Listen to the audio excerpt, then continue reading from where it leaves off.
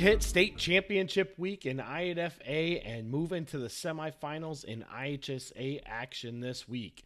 I am your host, Kyle Kampmeyer. Amboy and Milledgeville both won their semifinal games to give us an all NUIC state championship game for the second time since 2021. Lena Winslow finds itself back in the semifinals, a familiar spot for the Panthers in this decade.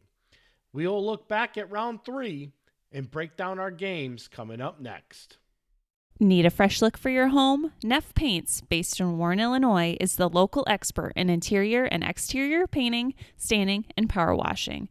Serving Galena, Dubuque, Lake Carroll, Apple Canyon Lake, Lena, and beyond, Neff Paints uses premium products for lasting quality.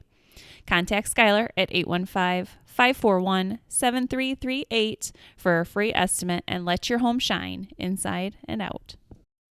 We will begin an IHSA action where the semifinals for 8-man football went as follows. Amboy beat Pawnee 52-8, and Milledgeville beat Polo 28-14.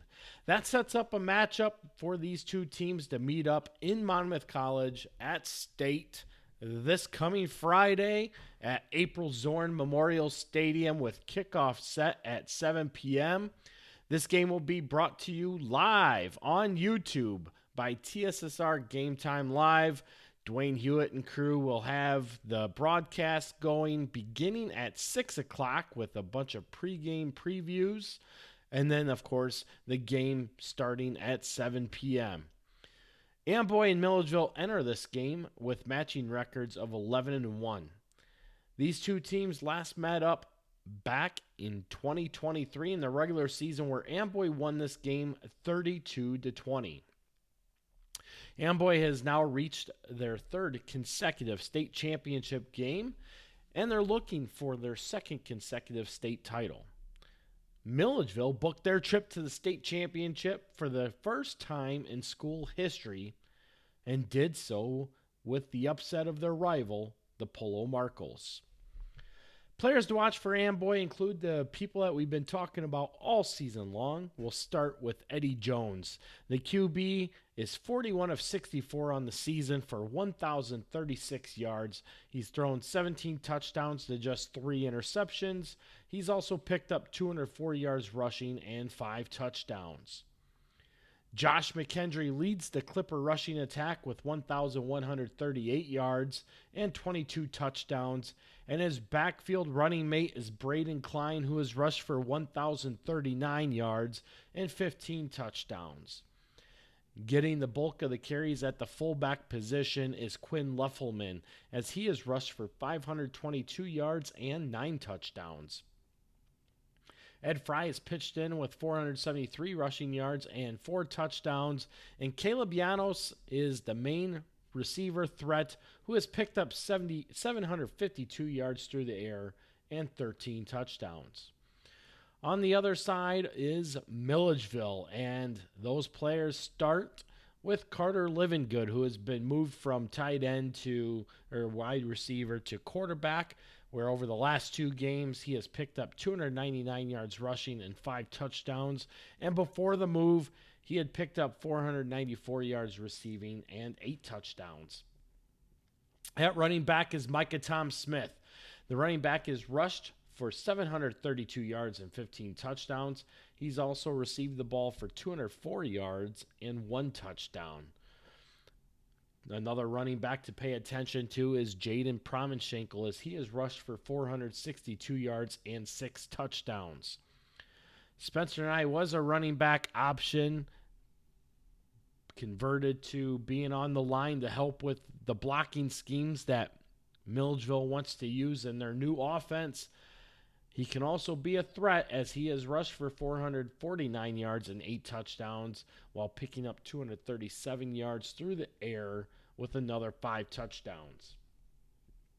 Their explosive player comes by way of Connor Johnson, as he has caught the ball for 397 yards and 9 touchdowns, but he's also picked up 377 yards on the ground with another 8 touchdowns. These two teams are very high-scoring teams. Milledgeville has scored 613 points on the season, while Amboy has scored 600 points on the season. Both of these teams also feature two of the best defenses in the state of IHSA as well. This is going to be a very interesting matchup between these two teams, as we see a team that is focused on rushing the ball, but also able to throw the ball when needed in the way that Amboy does. Milledgeville has changed up their entire offense over the last 2 weeks, and it has helped them get past the quarterfinals for the first time since they've joined IHSA. With that said, Milledgeville has become more of a rushing style attack, but they're still a team that can be able to run the ball when needed. They have the capability of throwing the ball when needed as well. One of the things I do like about Milledgeville is that they are very fast and very explosive. This team reminds me a lot of how Amboy was just a season ago. So, you have a bunch of players here that have the capabilities of creating big-time plays for the Missiles. With that, their defensive line really resembles what Amboy's defensive line was last year. Good size, fast off the ball, able to disrupt the rushing game and the passing game. And they are a very fast team to seal off the edge and get to the point of attack. They are a very good tackling team. And these guys like to play defense a lot. Amboy, though, is still a very good team. They're right here, right where we thought they would be. Last year when I left Monmouth, I jumped right on a View from the West podcast right off the bat as soon as I got out of the stadium. And one of the first questions that we talked about was who are going to be the favorites as we look into the 2024 season. And without hesitation, I said Amboy is going to be the odds-on favorite to return to Monmouth, and that has lived true, as here they are getting ready to go for another state championship run. They've been there 2 other times before. 2022, they are runner-up to West Central. Last year, they brought the big trophy home to Amboy, and now they get to face a former division foe and still an NUIC counterpart in the Milledgeville Missiles for the state championship game here in 2024. Milledgeville obviously is in search for their first state title. They have been in the semifinals in previous seasons. Back when they were an 11-man, they made back-to-back semifinal appearances in 1998 and 1999, and then they made a semifinal appearance in 2008. However, this is the first time that they have reached a state championship game, and I think this is a team that, as the season progressed very quickly, by week 5, they took over the number 1 rating once Amboy lost to Ridgewood. But then Milledgeville took a loss to Polo, which then vaulted Polo into that number 1 ranking position. But I still felt that Milledgeville was a team that would be right here where they are, provided that they could get through the quarterfinal round and play up to the potential that everybody thought that they had. And they have done that. They have gone through arguably the toughest path to get to the state championship game. When the seedings came out, we talked about it on the playoff show even. We said that if Milledgeville gets to the playoffs that um, or I'm sorry, not that if they got to the playoffs because we were talking about this on the playoff show, but once they got to the second round, the quarterfinal round of the playoffs between them and Ridgewood, they would arguably both have the toughest path depending on who won that matchup because they'd have to go through each other. Then we projected that Polo would be the team waiting for them in the semifinal round, which came to fruition.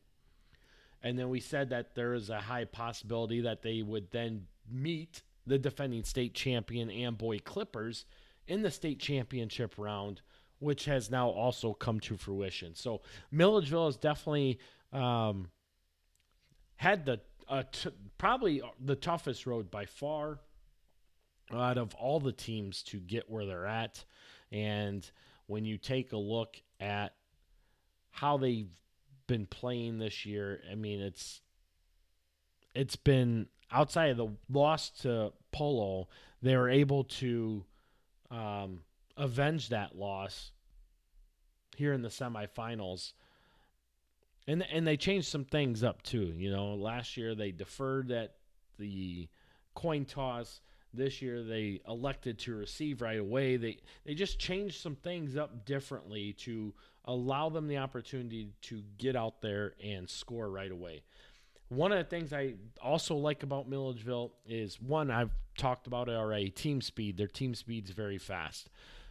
Amboy can almost match that team speed as well. It's one of the comments we heard from Pawnee in their semifinal game was that while Pawnee had the size to match up with Milledgeville or to match up with Amboy, they could not believe how fast Amboy was. And having seen all these teams live this year, I personally feel that Milledgeville has the best team speed out of all these teams. So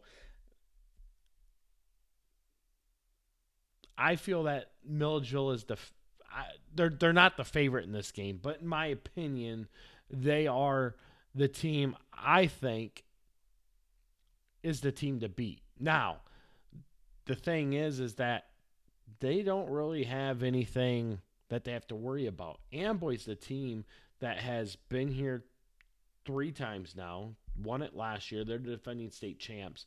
They're the team with the bullseye on their target. Defensively, though, the Clippers are very good on the defensive side of the ball. They stay home. They play responsible defense. Milledgeville, while I like their defense, they can get caught at different times being over aggressive or over pursue the play, which allows the opportunity for a cutback to happen. They're going to have to limit that opportunity. I'm not saying that you want to take your aggression away, because that's what makes you who you are. But you have to play with more responsibility, which I feel that Milledgeville can. Both these teams are very well-coached teams. A lot of fun to watch. I'm expecting a great state championship game here. I'm so excited to get down to Monmouth that my full intention is to be there at least an hour to an hour and a half before the pregame show even begins. Part of that's because of parking. So, you know, we've seen it on our social media pages. Parking in and around April Zorn Memorial Stadium is tough because there's no true parking lot. The parking lots are next to dorms. So, in theory, you might want to get there early if you're planning to attend. You also have to remember other schools within the area will most likely be attending. You also have family and other all-state players likely to be in attendance to receive their all-state awards. So it's going to fill up quick, and the home side seating, which was the side that Amboy will be on, is the grandstand side, so to speak. That's got the most seating. The visitor side is where Milledgeville will be. There's definitely less seating on that side. In my experience over the past couple of years, it's been a great environment for a state championship football, but I've also seen the crowds get larger with each single season going by as well. So get down there. You might want to go early so you can get a parking spot. Otherwise, you're going to be parking a little bit away from the stadium, which still isn't bad. You're just going to have a little bit of a further walk to get to the stadium. But either way, it's a great time. You couldn't have picked two better teams. I mean, really, we had it narrowed down to about 5 teams that could actually make it here. And it broke down to where the 4 of the 5 teams, I should say, that had the opportunity were all playing in the semifinals. And here we are. We got the defending state champs and a first-time state championship contender. 2 top teams that have been perennial state-ranked teams over the past 4 seasons now. And it's going to be a great game. I really feel like this game is going to have a lot of energy in it. The favorite in this game is Amboy. They are the favorite by 8.5 points. The projection for this game is Amboy 36, Milledgeville 28. I feel that projection is going to be reversed. Like I said, Milledgeville is the team I picked on the podcast with View from the West. I emphatically said, give me the missiles, baby. I just feel that they're the better team. They've shown that to me all season long. There's no reason why I don't think any different here. Whichever way this game goes, however, I would not be surprised. Amboy is battle-tested. They have the experience behind their backs. But when it comes down to overall line play, even in 8-man football, that determines a lot.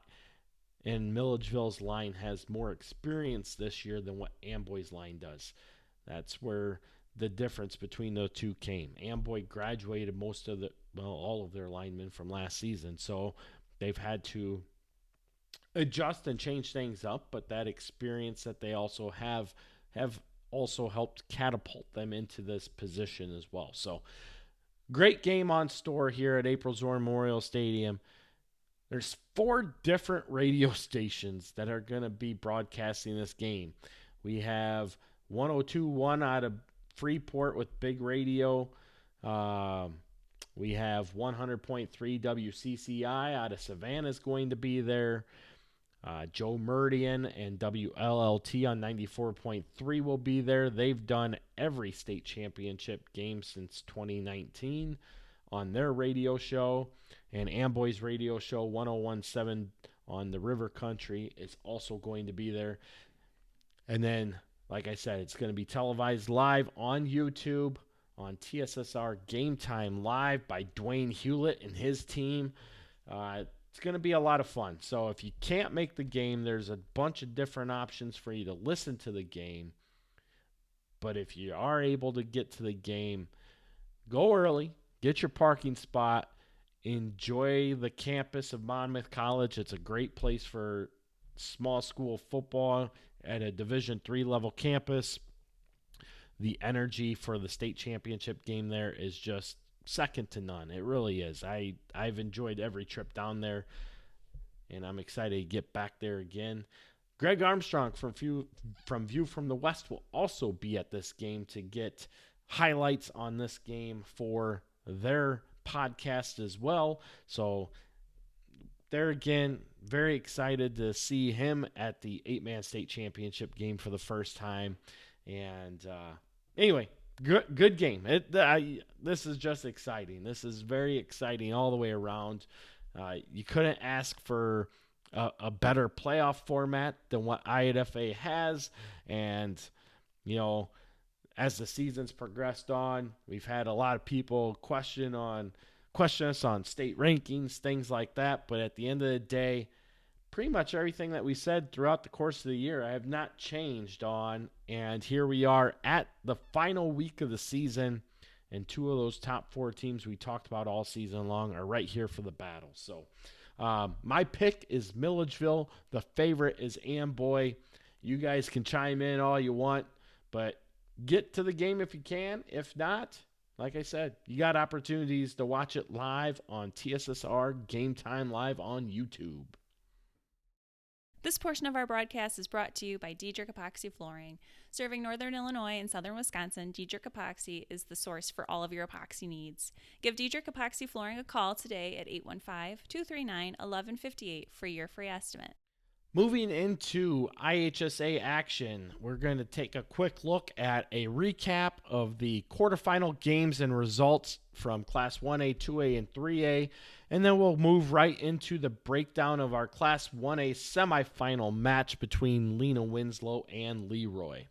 So, to start, the 1A quarterfinals in the north went in favor of Lena Winslow, who beat GCMS 40-7.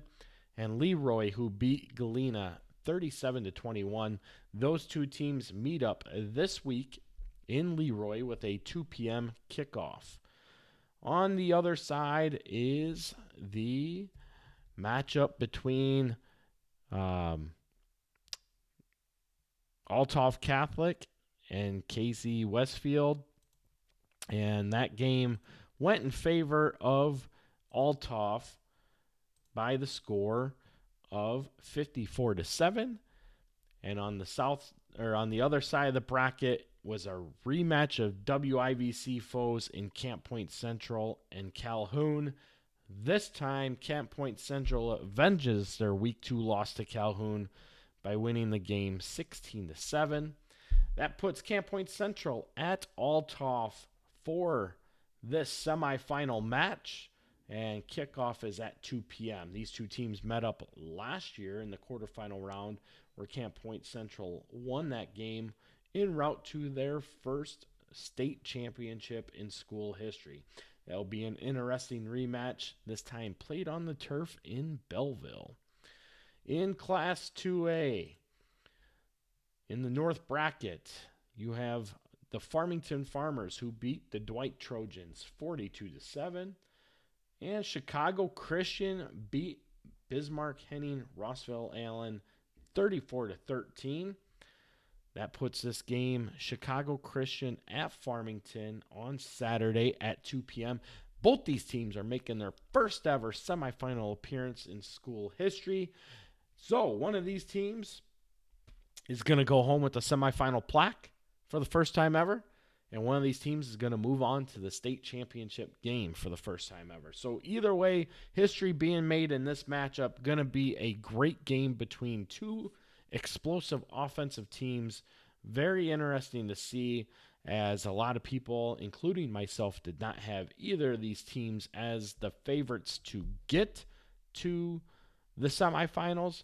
But they've definitely been teams that have been in our state rankings and teams that we've been talking about all season long. So not surprised they're here, but not necessarily the favorites to be here either. We've talked about that a lot, though. 2A North was a wide open bracket this year, and it's played out that way, and it's been a lot of fun. On the south end of the bracket, you have Johnston City, who beat Pana 28-13. And Maroa Forsyth beat Quincy Notre Dame 22-21. Maroa Forsyth and Quincy Notre Dame have been ranked 1 and 2 all season long. And when Maroa Forsyth lost, they kind of flipped the script on that ranking, where QND then took over the number 1 ranking over Maroa Forsyth. But at the end of the day, both teams still pretty much remain top 2 ranked all year long. And Maroa Forsyth got the final bid on that one. They were up early, 14-0. QND ended up scoring 21 unanswered points, but Maroa Forsyth got the game-winning touchdown and 2-point conversion and held on to that 22-21 game. Maroa Forsyth is going to hit the road to Johnston City, and this game is going to be played on Saturday. Kickoff at 3:30 p.m., and I can just hear it now. My friends at TP Talk are all about Johnson City and that Illinois Valley site, that Southern Illinois site on Facebook. I'm sure I got some people there saying, hey, Johnson City's here. What do you think about that? Well, here's what I truly think. And it has not really changed. I like the fact that Johnson City is playing up to their potential. They are a power running team. They are making their second trip to the semifinals in school history, and it's the second time they've been here in 3 years. So hopefully they can kind of work upon that experience. They get the home field advantage on the turf in Johnson City. The only thing is Moreau Forsyth plays on turf too, so that's kind of a wash as far as that goes. But you still get the home field advantage. Moreau Forsyth fans do travel well, so this is going to be a very interesting matchup. But if all things considered, Moreau Forsyth is the team that is projected to win this game big and move into the state championship game once again. We'll see how that plays out, though. It will be interesting to see. If Johnson City gets in, we're going to have a 2A state championship game where both teams are brand new to the state championship site. So it'll be interesting to see how that plays out. In Class 3A, Montini beats Princeton 24-7, and they are going to play host to Wilmington, who beat Dupac 22-13. This game will be played on Saturday at 1 p.m. in Lombard. Not surprised by either of these teams being here. When this bracket came out, we knew that Byron and Montini would be the game that would determine who would be in the semifinals out of that side of the bracket. Wilmington was the heavy favorite to be in the semifinals on their side of the bracket. So not surprised that these two teams are here. They're ranked, they entered the playoffs ranked number 2 and number 3 in state. So not surprised at all. Interesting matchup there. On the southern bracket, we have two teams that are left remaining. Both these teams, in my opinion, were favorites to be in the semifinals. Tolono Unity had to come around to upset St. Joseph Ogden, a conference team that they lost to in the regular season in a very close game. I felt that they would be able to get this upset back in round 2. They did 35-7. Then they met up with another team that has had a lot of recent experience at the state level in the Hornets of Nashville. They beat them last week 47-24 to put themselves back in the semifinal game. And they are going to take on their conference rival in Monticello as the Sages beat the Benton Rangers 27-26 to also bookend their trip to the semifinals. Benton was another team that we talked about on the playoff show that despite having a 6-3 record, they always seem to play big in the playoffs, and they gave it everything that they had against Monticello. But Monticello comes away as the winner. Monticello will host this game against Tolono Unity on Saturday at 2 p.m. Tolono Unity won this matchup back in Week 9, 42-28. That game was also played at Monticello. So it'll be interesting to see how these games, how this game turns out. Tolono Unity was, when I was projecting the playoffs back in Week 6, Week 7, I had projected Tolono Unity to finish at 6-3. I remember some people on Twitter stating that, how do you have Tolono Unity going 6-3? You honestly think that they're going to beat Paxton Buckley Loda and Monticello to do that? And of course, at the time, both Paxton Buckley Loda and Monticello only had one loss, and Tolono Unity was already sitting on 3 losses. And I said, yes, I do have them going 6-3. My pick came to fruition, so it proved to show that I was correct in that projection. But Monticello now has an opportunity to avenge that loss. And you have two Hall of Fame coaches here going at it with each other, with Scott Hamilton and Cully Walter too. So won't be surprised at whoever wins it out of this game. And whoever does is going to stand a tall task at the state championship. But for all intents and purposes, the Final Four in Class 3A come down to, in my opinion, 4 of at least the 6 or 7 teams I felt could potentially be in these games. So it's a battle. It's a battle, and that's exactly what you want when you're heading into the state championship. So that gives you a look at the brackets and the quarterfinal games. And now who we have meeting up in the semifinals. We are going to move into our Class 1A semifinal breakdown coming up next.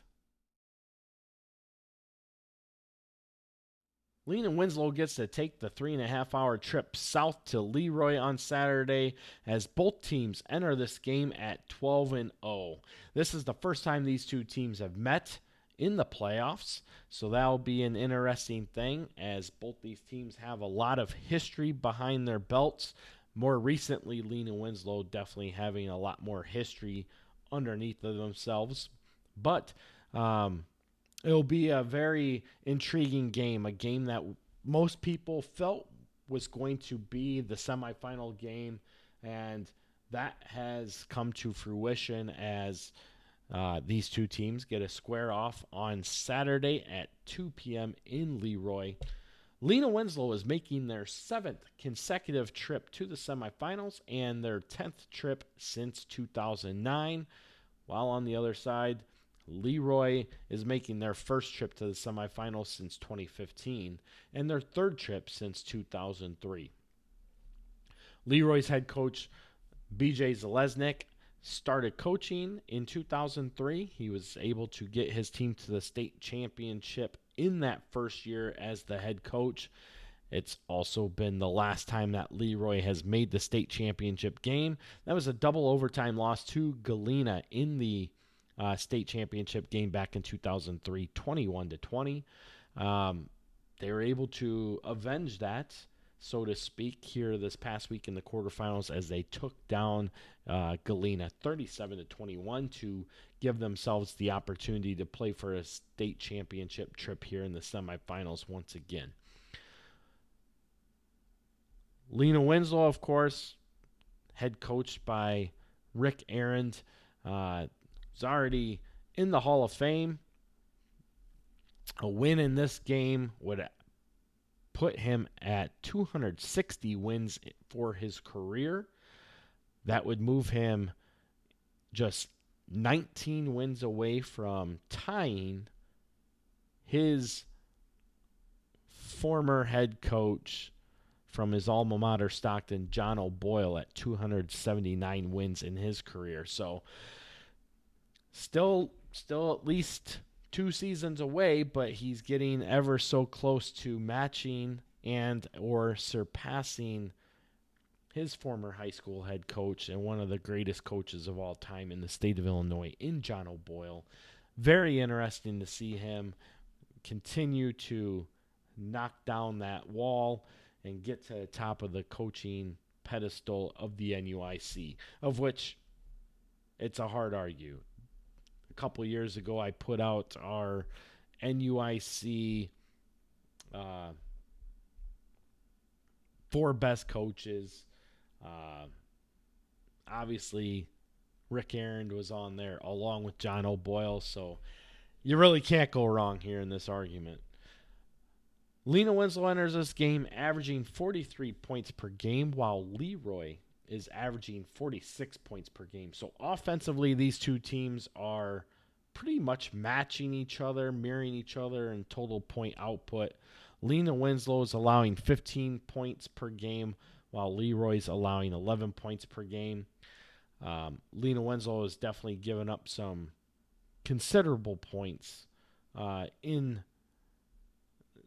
garbage time or mercy rule time, so to speak. So there are some games there or there's some points that have been allowed that their starting defense did not give up to punctuate those numbers higher. And, LeRoy has also played a very stingy defense themselves all season long. So really, when you take a look at the full scope of these two teams, high-scoring offenses, low-scoring defenses, this game has everything that you could hope to see in a semifinal match, with both teams being rushing teams. I'm already getting people messaging me, what's the over-under on how long this game will last? And a guy that I've been talking to from LeRoy, Byron Owens, he's also the PA announcer for the LeRoy Panthers, for their home games, and he told me an hour and 45 minutes. It'll be done by 3:45. We'll see about that. I did reply back. I said it'll definitely be over by 4 o'clock. So we'll see how that plays out. Wouldn't be surprised if it's done sooner than 2 hours. But either way, when you go down to this game, if you go down to this game, you better soak it all in and take it all in, because it will be a fast-moving game with rushing attacks on both sides of the ball. Based off the stats I saw from Coach Zalesnik,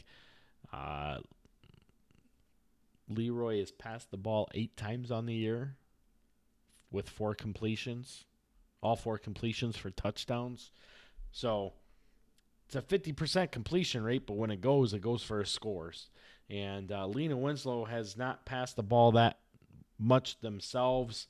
They have attempted a few more passes. I think Cash Lessman is at 12 for 22 on the season. So, just a few more, not a whole lot. Got a lot of heavy rushing attacks here in this game, so it'll be interesting to see that play out. In fact, when you take a look at offensive players to watch for this game, we're basically listing running numbers because that's all they have. So for Lena Winslow, players to watch, Alex Schlichting has rushed for 1,722 yards and 23 touchdowns on the season. He's also 63 yards away from surpassing 2,000 yards for his career, so he's coming up on that number very quickly.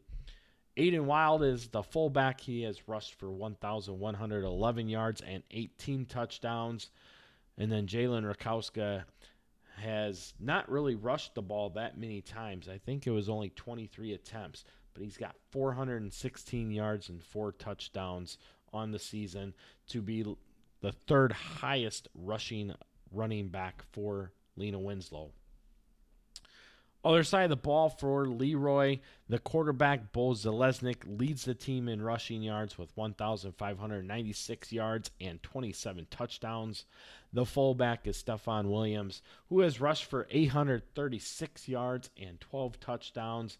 And then their 3rd leading rusher is Landon Welty, who has rushed for 456 yards and 8 touchdowns.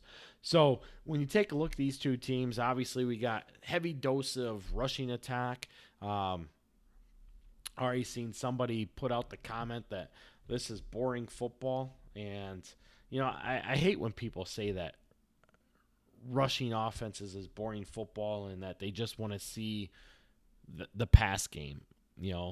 One of the things that I like about the rushing attack is when you play a wing style offense, it's actually harder to game plan for those style of offenses than it is for a spread style offense. And the reason being is because you got different rush blocking schemes that you have to go up against. You have a lot of misdirection that you have to plan for. And you usually have 3 and possibly 4 different ball carriers that you have to be accounting for. When you go into a spread offense, yes, you have to make sure that your defense matches up with the receivers. there's only one person who has the ball, and that's the quarterback until he delivers it. And more times than not, if they do have a rushing attack, you're only worried about 2 guys running the ball. And let's be honest, most high school quarterbacks are only completing maybe 50 to 60% of their passes.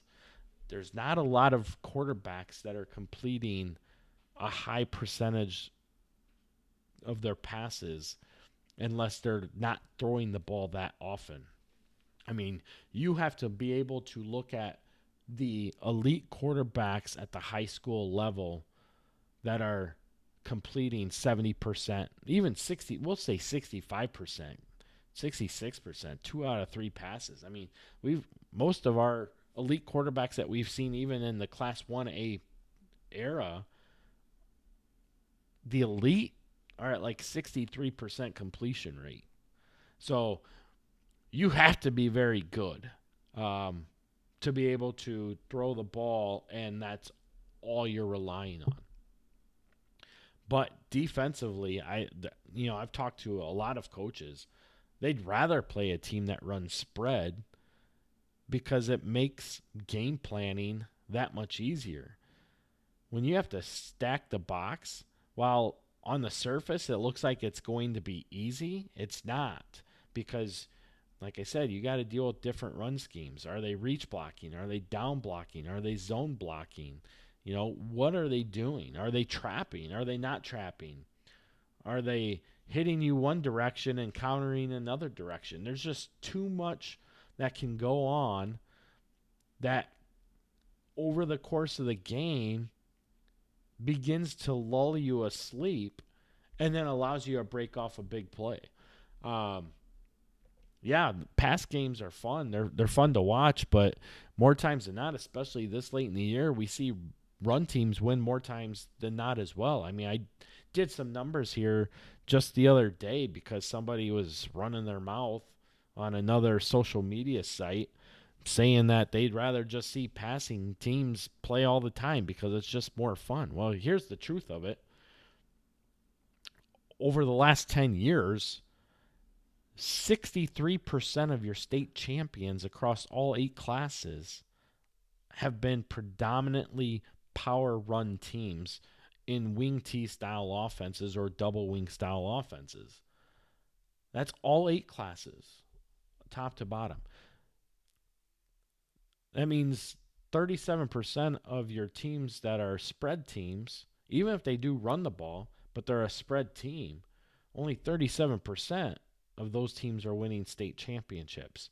And most of them are coming from your larger private schools, such as your Chicago Catholic League schools and Sacred Heart Griffin, East St. Louis, and Rochester. That's pretty much it. And even East St. Louis has had a tough time in their last 2 state championship games, losing to Cary Grove, who is a wishbone double wing style offense all the time. So there's a reason why I have the quote, run teams win in November, because especially in small school football, you just see it happen more.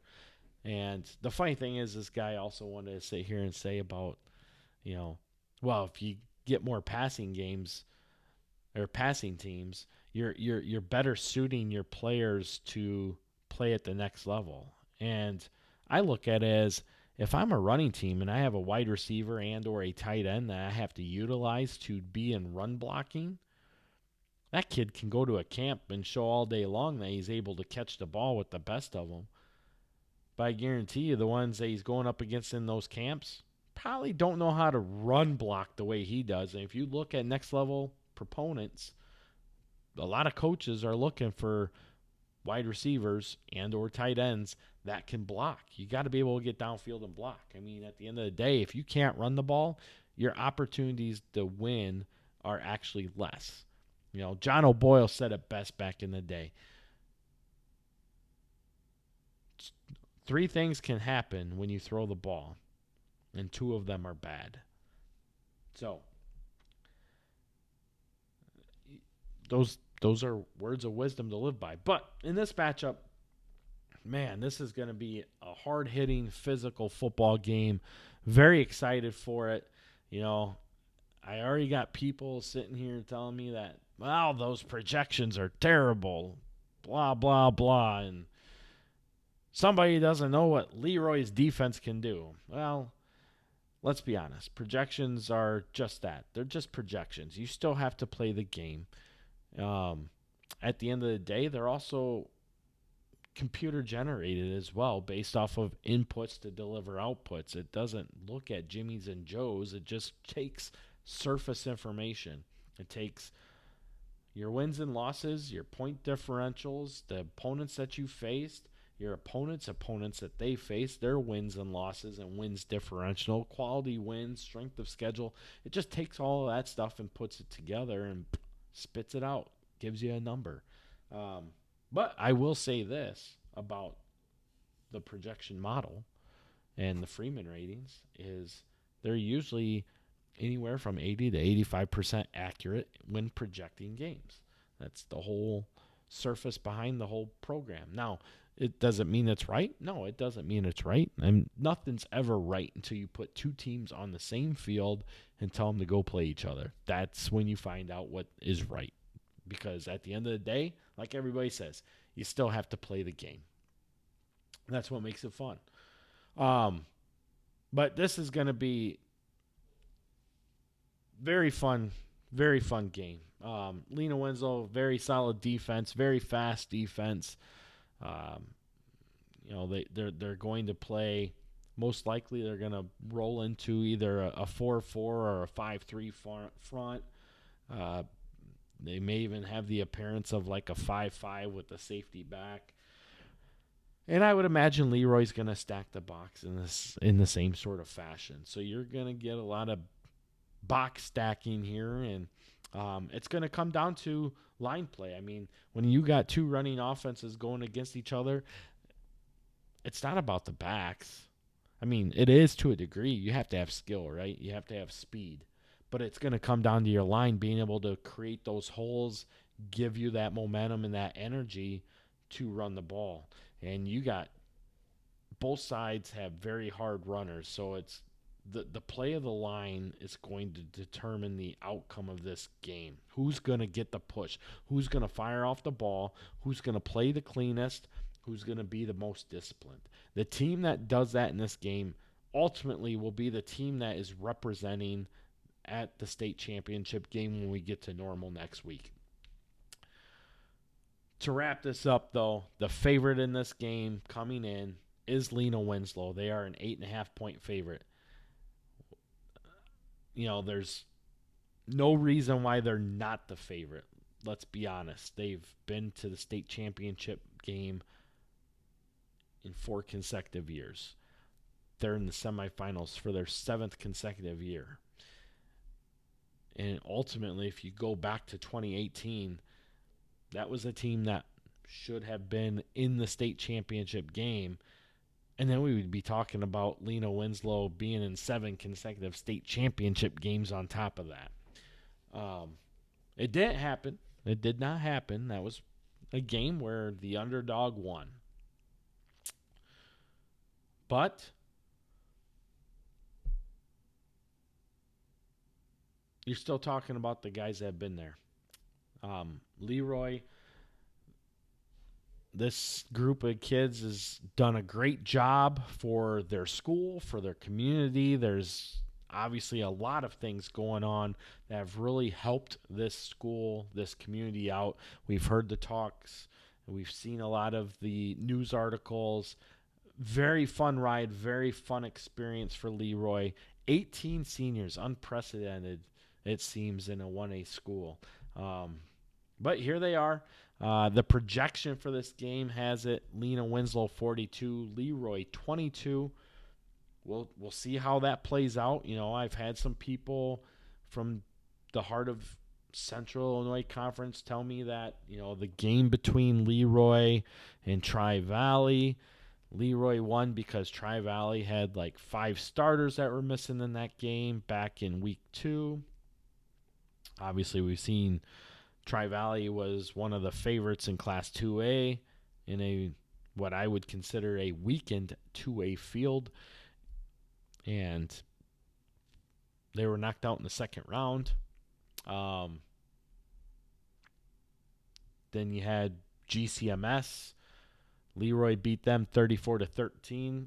I was informed, don't know if this is true, I'm just telling you what I'm informed, was that GCMS was missing 3 starters in that game that allowed LeRoy to win that game big. True or not, don't care, just telling you, like I said, things that I was told. Either way, the way I look at it is LeRoy got the job done. Those 2 teams did not get the job done. And, we just watched Lena Winslow beat GCMS 40-7. It was a running clock game towards the beginning of the third quarter. Probably could have been a running clock game by halftime. Lena Winslow did score on every possession that they had up through their 40 points that they put up on the board. So either way, they took care of business, right? And if you want to do score comparisons, you got 40-7 in favor of Lena Winslow in 3 quarters, or not even a full 3 quarters, and you got 34-13 in favor of LeRoy in what I would assume was a full 4-quarter game. I'm not sure, but I would only assume since it wasn't a running clock unless LeRoy did some substitutions towards the end of the game. But either way, if you really want to look at it that way, that would be your argument to show why Lena Winslow would be the favorite in this game. That's just raw numbers, raw data collection. That's exactly what ratings look at, raw data. So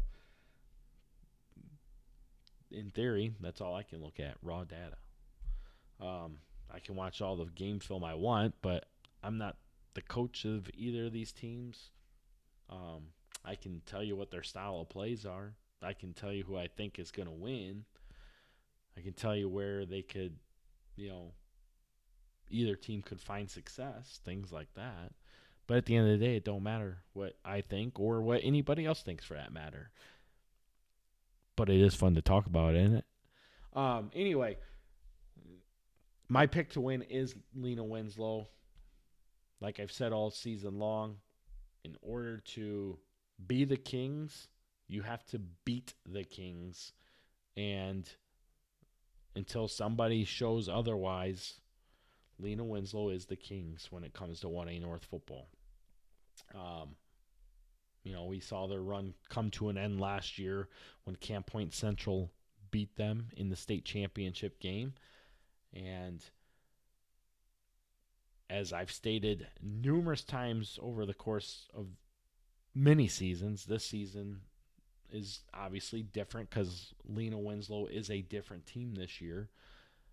But I felt like this team has been faster than last year's team. They're not as big as last year's team, but I felt that they've been faster offensively and defensively, and they've added more explosiveness to the special teams as well.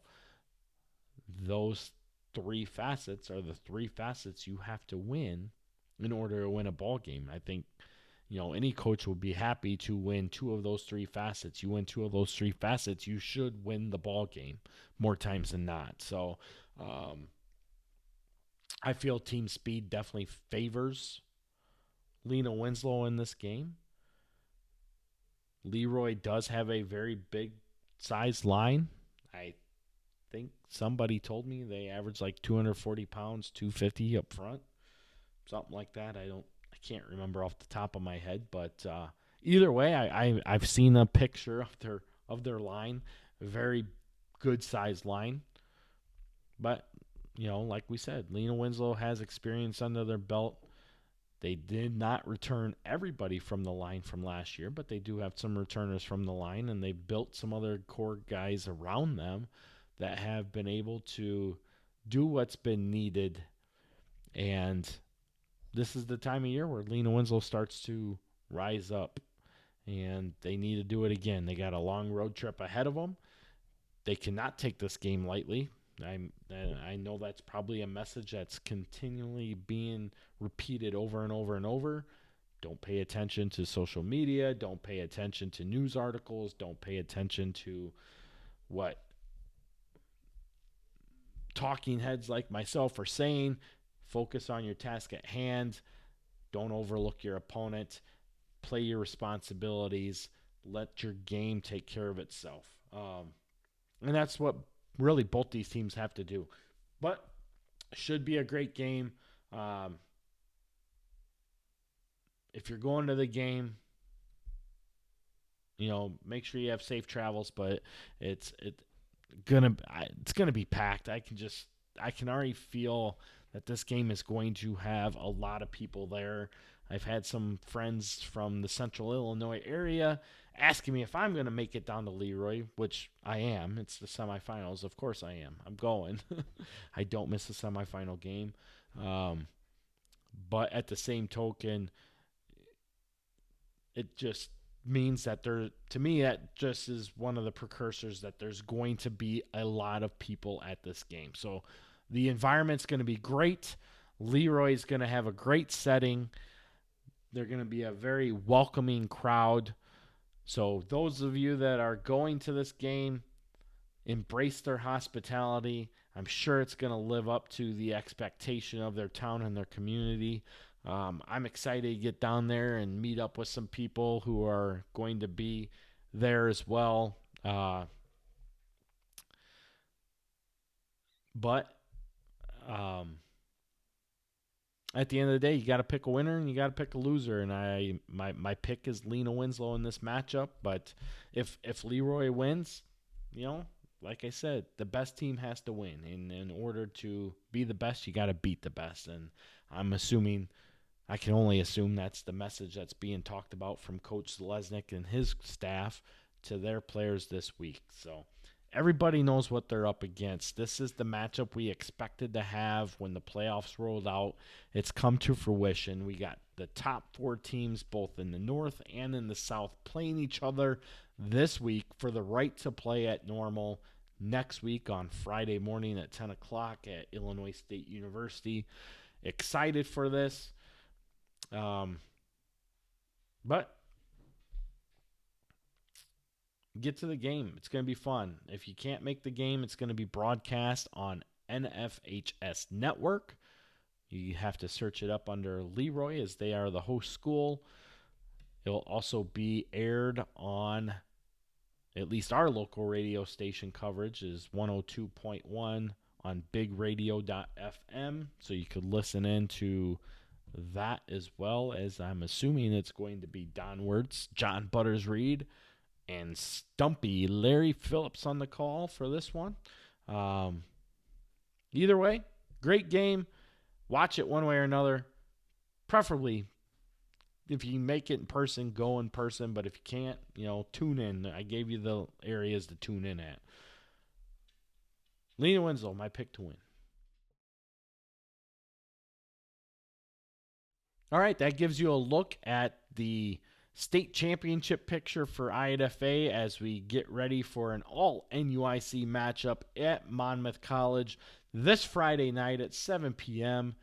I will be there in attendance. I will be on the pregame show. I'm assuming, as I have been in years past, at least that's the agreement that me and Dwayne have had. No, I will be, though. It'll be fun. If you can get to the game, it's always a great time at Monmouth. If you can't, tune in. Watch this game. If you've never watched 8-man football, tune into this game. You're going to see great football that will potentially change your mind about 8-man football. It's not what everybody thinks it is. And I wish more people would just watch it to be more open to what the game can do for your school. At the end of the day, though, the other side, Lena Winslow, LeRoy facing off in the semifinals. There's some other big-time semifinal games going on across the state, especially in our small class divisions of 1A, 2A, and 3A. Should be very interesting. All 3 classes, in my opinion, have 4 teams remaining that we could kind of have picked and or selected to be in this position to play for the right to play at the state championship games at Illinois State University on Friday, November 29th. Either way, get out to the games, cheer on your teams. As always, root for the NUIC.